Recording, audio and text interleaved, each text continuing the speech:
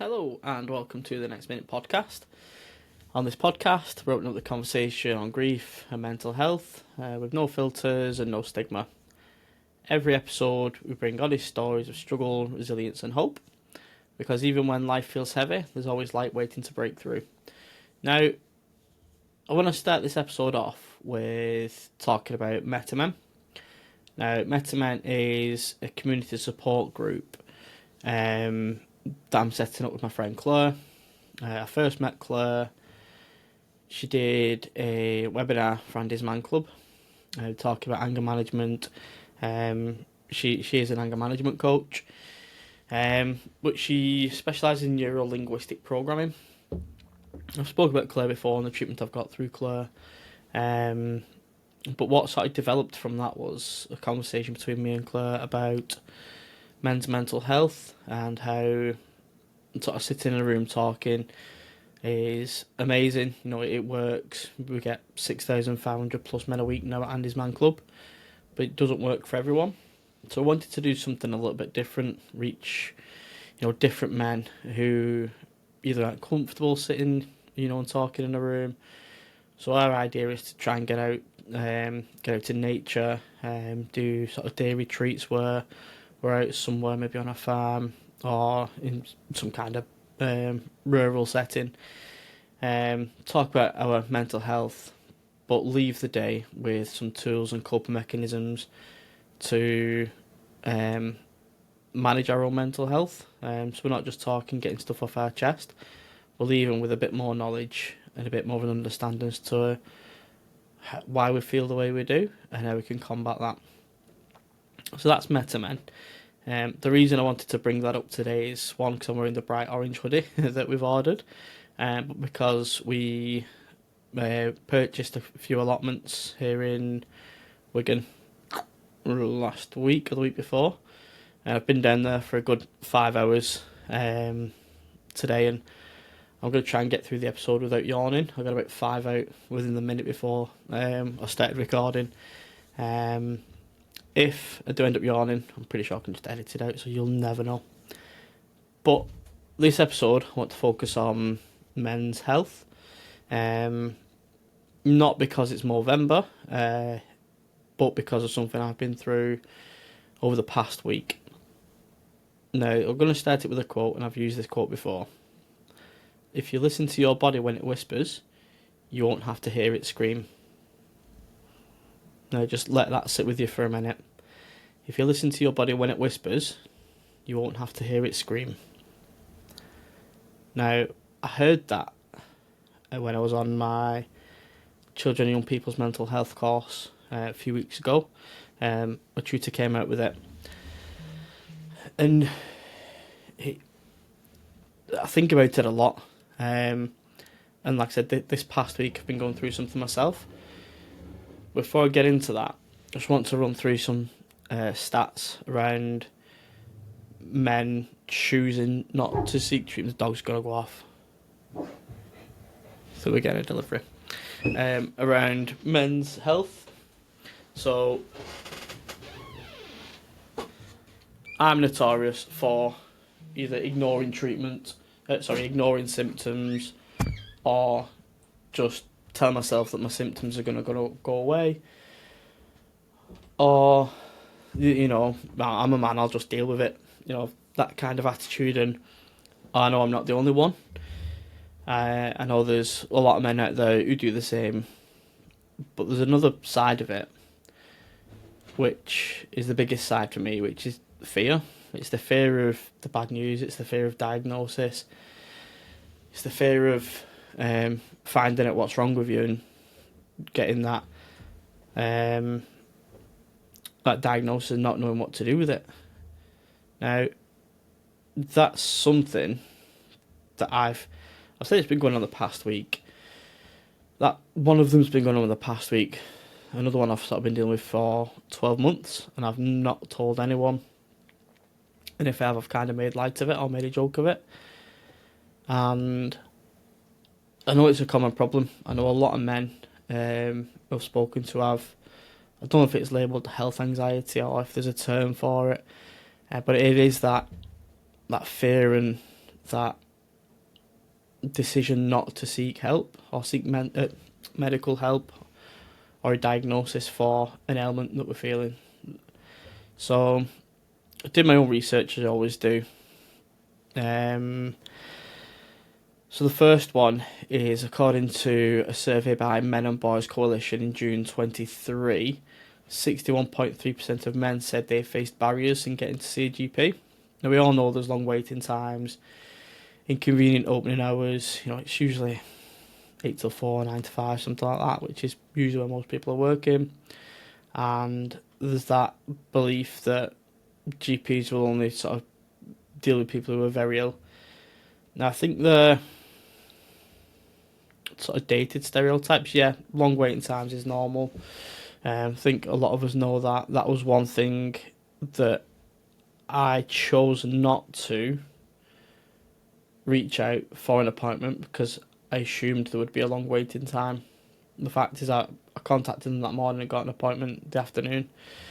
So I do understand there will be some waiting times, but depending on what your symptoms are, depends on, I'm guessing depends on how fast they'll see you. But I'd rather have an appointment and wait, a week or 2 weeks and still get seen to. That's kind of my mindset now. So someone setting fireworks off so that our dog's going a little bit mental.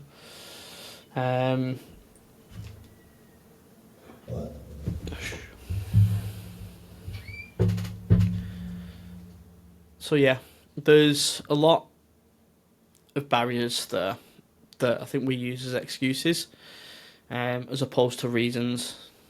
Like I said, just because of the waiting time doesn't mean you don't book the appointment.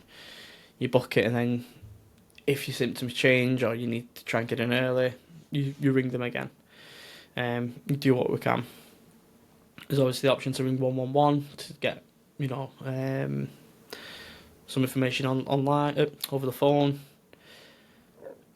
Now, there was also a public survey covered by The Guardian in November 23, and that found that more than half of male respondents said they would not speak to their GP if they had a possible cancer symptoms. That's compared to about 35% of women who said the same. So even on the women's side, it's still high. From a press release by Bupa in November 21, a quarter of men said put off having a health issue checked.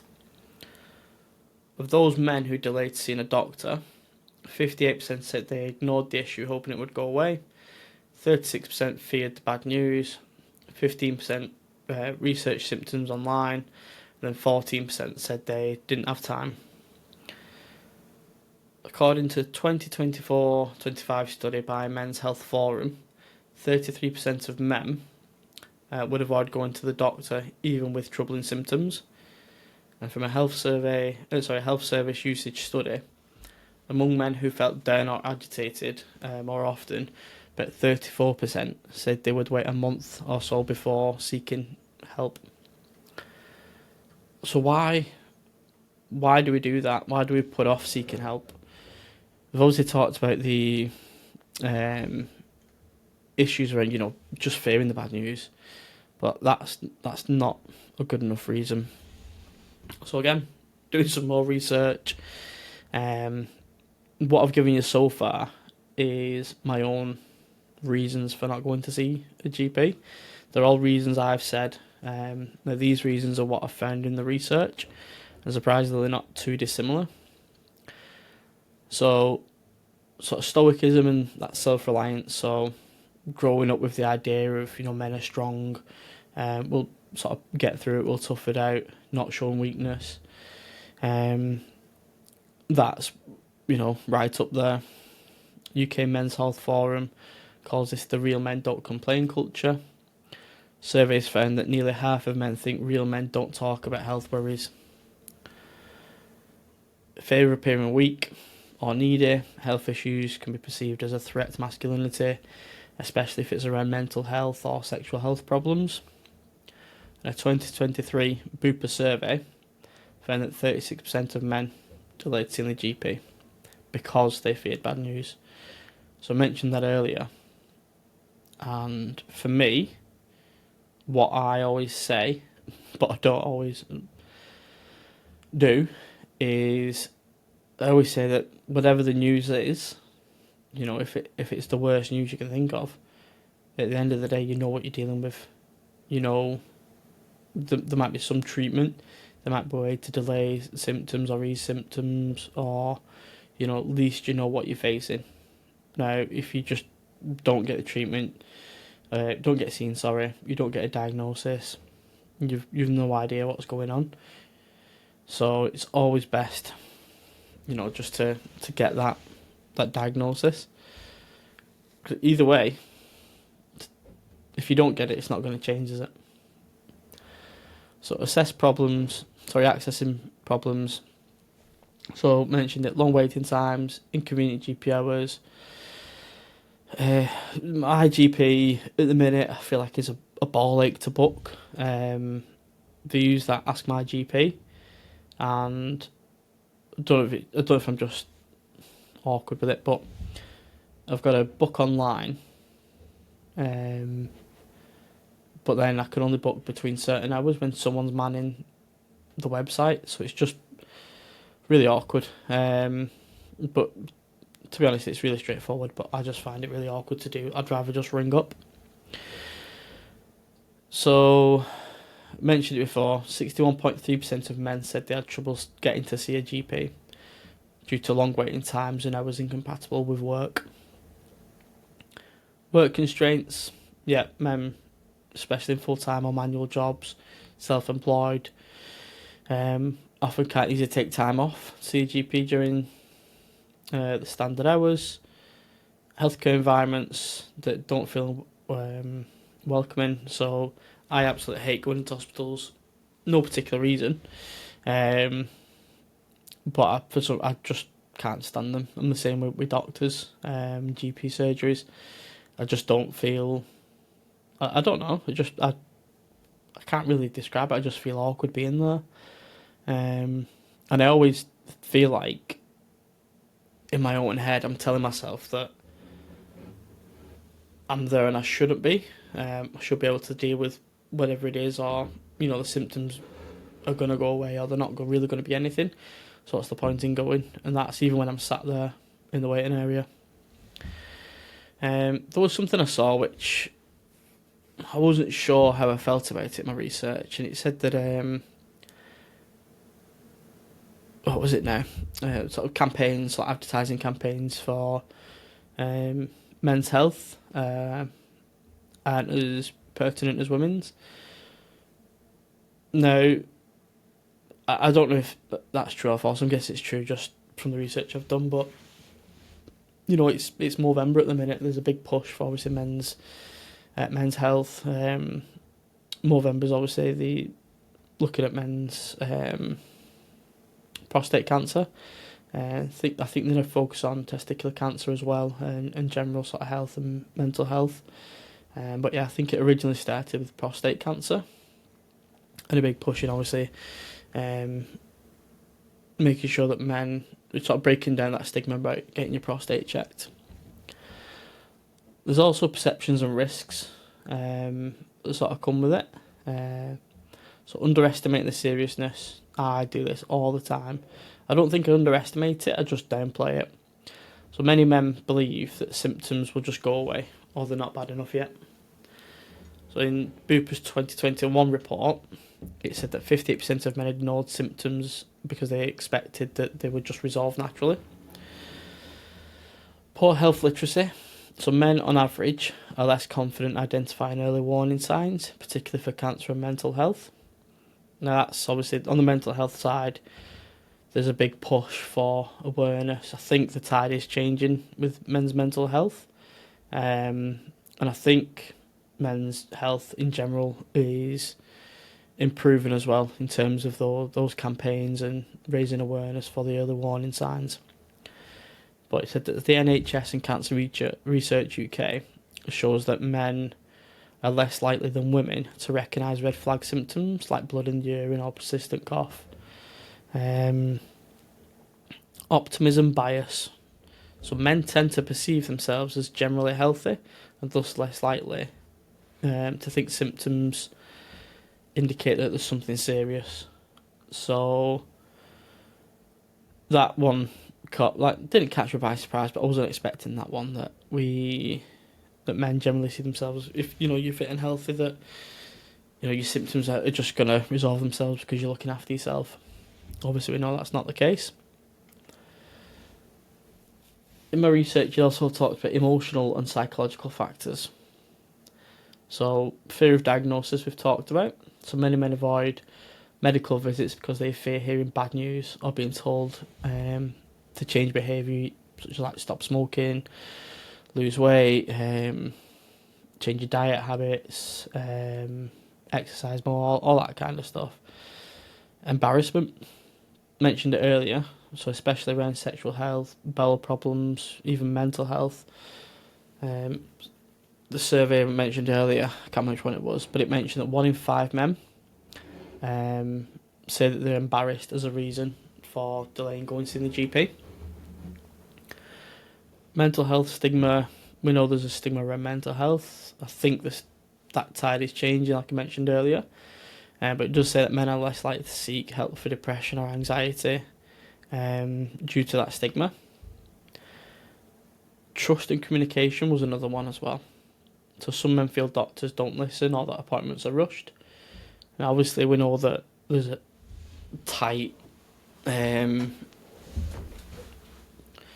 windows, there's tight sort of not restrictions, but limits on how many appointments they can get through. The waiting times are mentioned. So generally, you've already facing barriers before you've even booked an appointment. So when you get in there and you feel like your doctor's not listening, or they're not taking your concerns seriously, that does impact you then booking a further appointment, or even if they've referred you to something, following through with that referral. And then the next one, I've mentioned it again earlier, lack of male-targeted public health messaging. So it mentions that there's strong screening for campaigns for women, it's like the smear campaign, mammograms, but there's less structured outreach for men. So the barriers and reasons that were found in the research I've been doing over the past couple of days. The reason I want to talk about this today is for the past week, so since Monday, and it's Saturday now, I've had a pain in my stomach, and I just put it off. Just thought it'll pass. It's normal. It's not a pain I've felt before or felt in that area. So it was just completely new to me. It wasn't always there. It was like if there was pressure on it, if I twisted or bent certain ways, I'd feel it. If when Koa runs out of school and is excited to see him, in his way of showing me love is headbutting me in the stomach, which he does every day. He's coming to give a big hug. Yeah, when he did that on I think it was the Monday or the Tuesday, it just crippled me. Like, it hit me right where it was hurting. And I wasn't expecting it because, like I said, it's not always there. But as soon as it hit me, I just almost crumpled. So I had that pain, and then...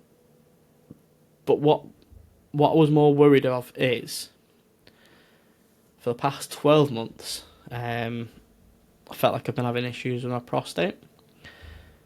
I've not told anyone. This might be the first time people are hearing it. But I felt like I'd been having issues with my prostate. So as a disclaimer, for the next 10-15 minutes, I'll be talking a lot about my poo and my prostate.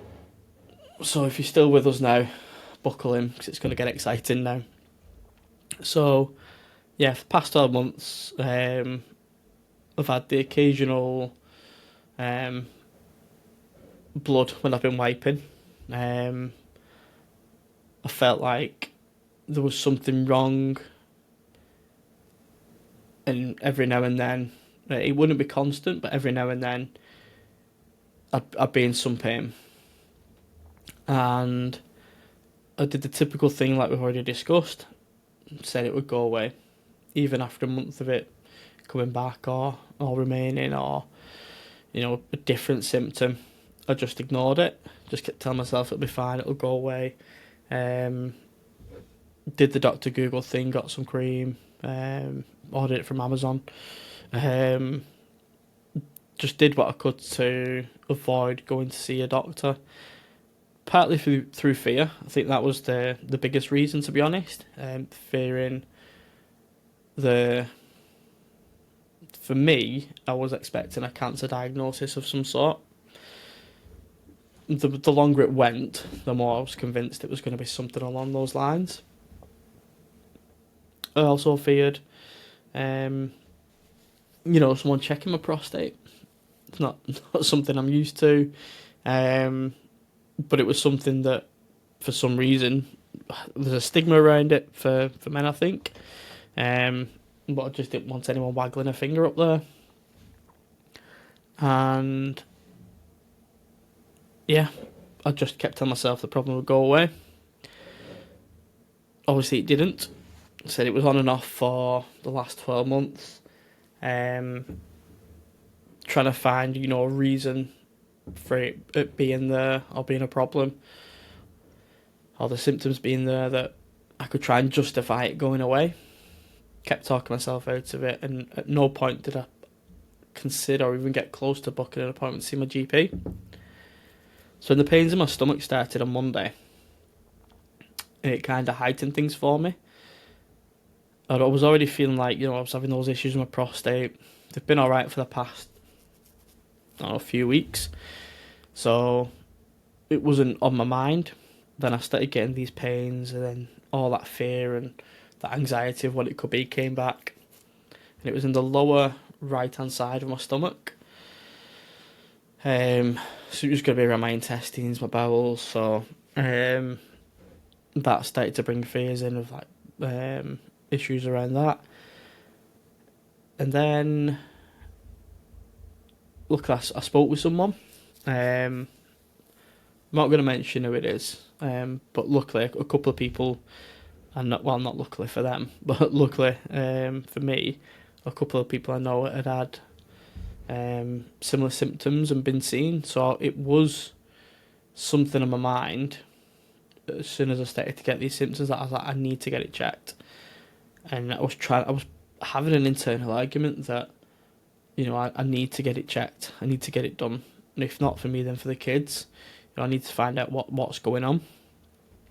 So I was kind of gearing myself up to do it. And then I spoke with one of those people. I think I did that as a way because I knew they would push me to get checked.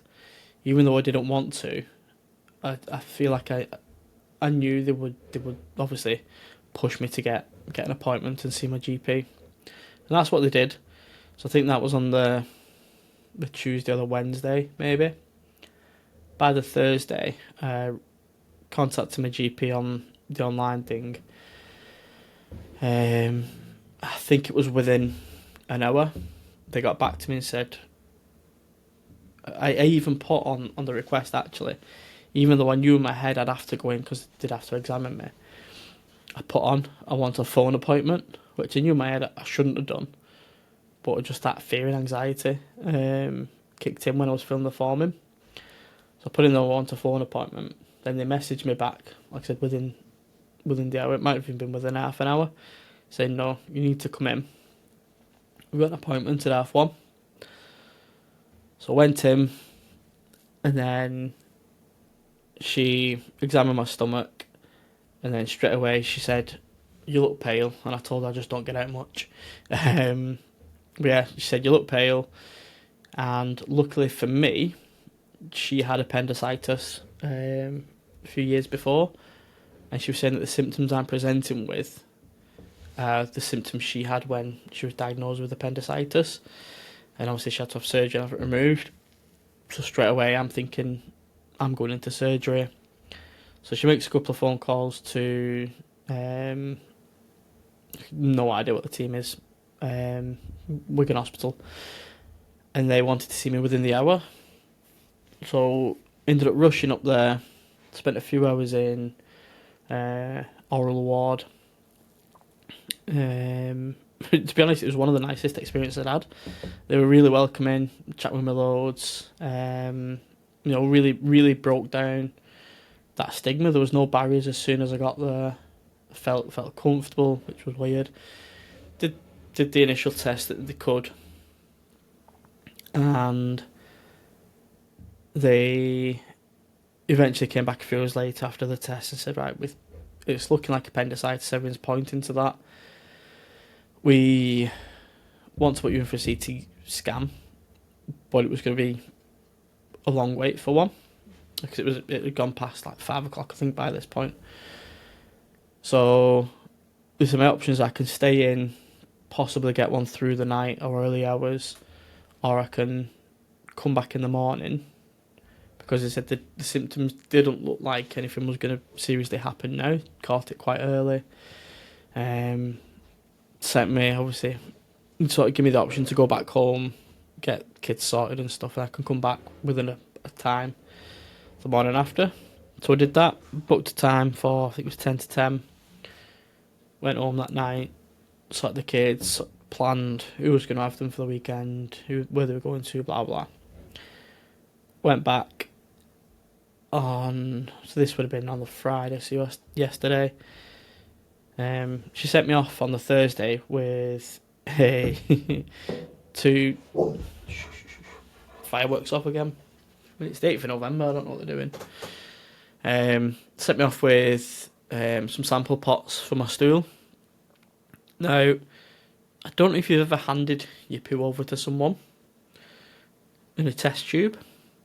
I had no idea how to approach that when I got there on the Friday, to the point where I was playing it over in my head over and over again, overthinking it, and then I completely forgot that I had poo in my bag. So it took me 3 hours to remember that I needed to give her these samples.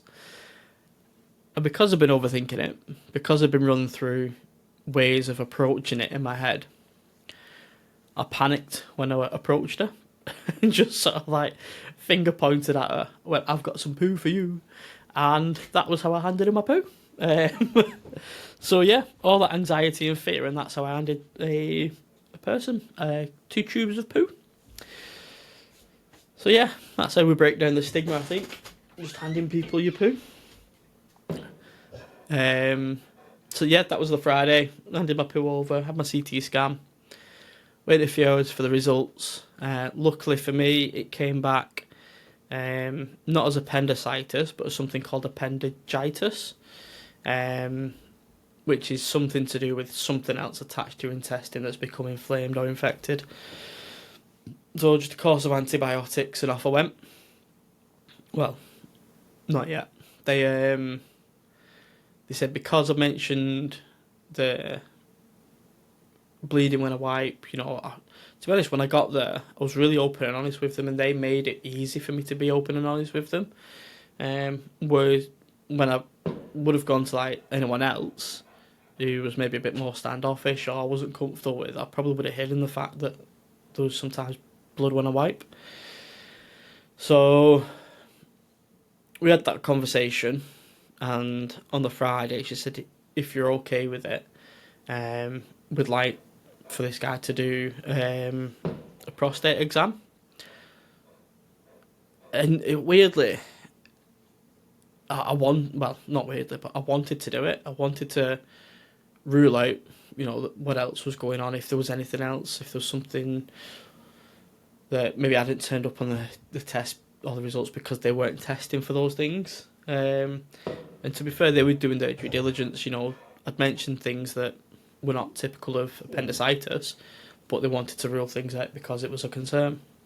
So they were really good. Like I said, the way they approached it and the way they handled it made me feel more comfortable. So obviously I agreed to the prostate exam. And, I felt awkward. It wasn't, a particularly pleasant experience, but it was, it was needed. And all that was going through my head was, if I get it done and they find something, I know what I'm dealing with. There's treatment, there's medication, whatever it is, I know what we're facing. And if there's nothing there, that takes my anxiety away straight away. It's win-win. just because you don't get a diagnosis doesn't mean that problem's not there. So, yeah, I curled up like a baby on the bed. And she said to me, is it okay if, I can't remember the guy's name, if he comes in and examines your prostate? And I said, yeah. I said, there's two things though. I said, has he got small hands? And is he gentle? And that was how, just my way of probably easing my own tensions with it, really. But yeah, he did find something, which I wasn't expecting. No, I would say I wasn't hoping. Like I said, I'd had some issues that I'd kind of hidden behind for the past 12 months, downplayed them. He doesn't think it was anything concerning, but this morning I got an email to say I've got an appointment in December to see a urologist just to check what it is. But, if it's something, if I didn't agree to that exam, or if I didn't go in because I had this pain in my stomach, and this appendicitis did eventually go away, whatever he's found would still be there. Like I said, hopefully it's nothing. He said he's not too concerned, but he wants to rule it out. And that's what they should be doing. And that's what we should be agreeing to, making sure that while they're in there, they might as well check everything. So, yeah, December I've got that appointment. Hopefully, like I said, it's just to rule things out. Nothing malicious, nothing too serious. But 12 months I put that off. 12 months I put off mentioning to anyone that I've had an issue with my prostate. 12 months I've hidden behind anxiety, behind fear. When, if it did turn out to be something, at least then I can go, right, what do I need to do? Do I need to change anything? Do I need to take medication? And they'll obviously work with me to tell me exactly what's needed. To, one, ease the symptoms, get rid of it, or, make me comfortable for whatever it is. So, as much as we put off going seeing the doctor, going getting treatment, or just speaking to someone, like I said, I purposely spoke to the person I did because I knew I would get pushed to book in an appointment. For some reason, I didn't feel like I could do it without being pushed. I don't know why. But without that push, I probably wouldn't have done it. And that is knowing everything I've said today, that, there's a diagnosis isn't the worst thing. Not getting seen to is the worst thing, because you have no idea what's going on. Like I said, if something's found with this next exam, then I know what I'm dealing with. I know I can move forward with it. And it doesn't change the fact that it was there. The difference is I know it's there. And that's the main thing. Knowing it's there, knowing how to deal with it, how to treat it, and then planning forward. So if anyone is still listening after me talking about my prostate for the last 15-20 minutes, if you get any lumps, bumps, aches, pains, anything just feels uncomfortable or abnormal, this is your chance now. This is your sort of sign.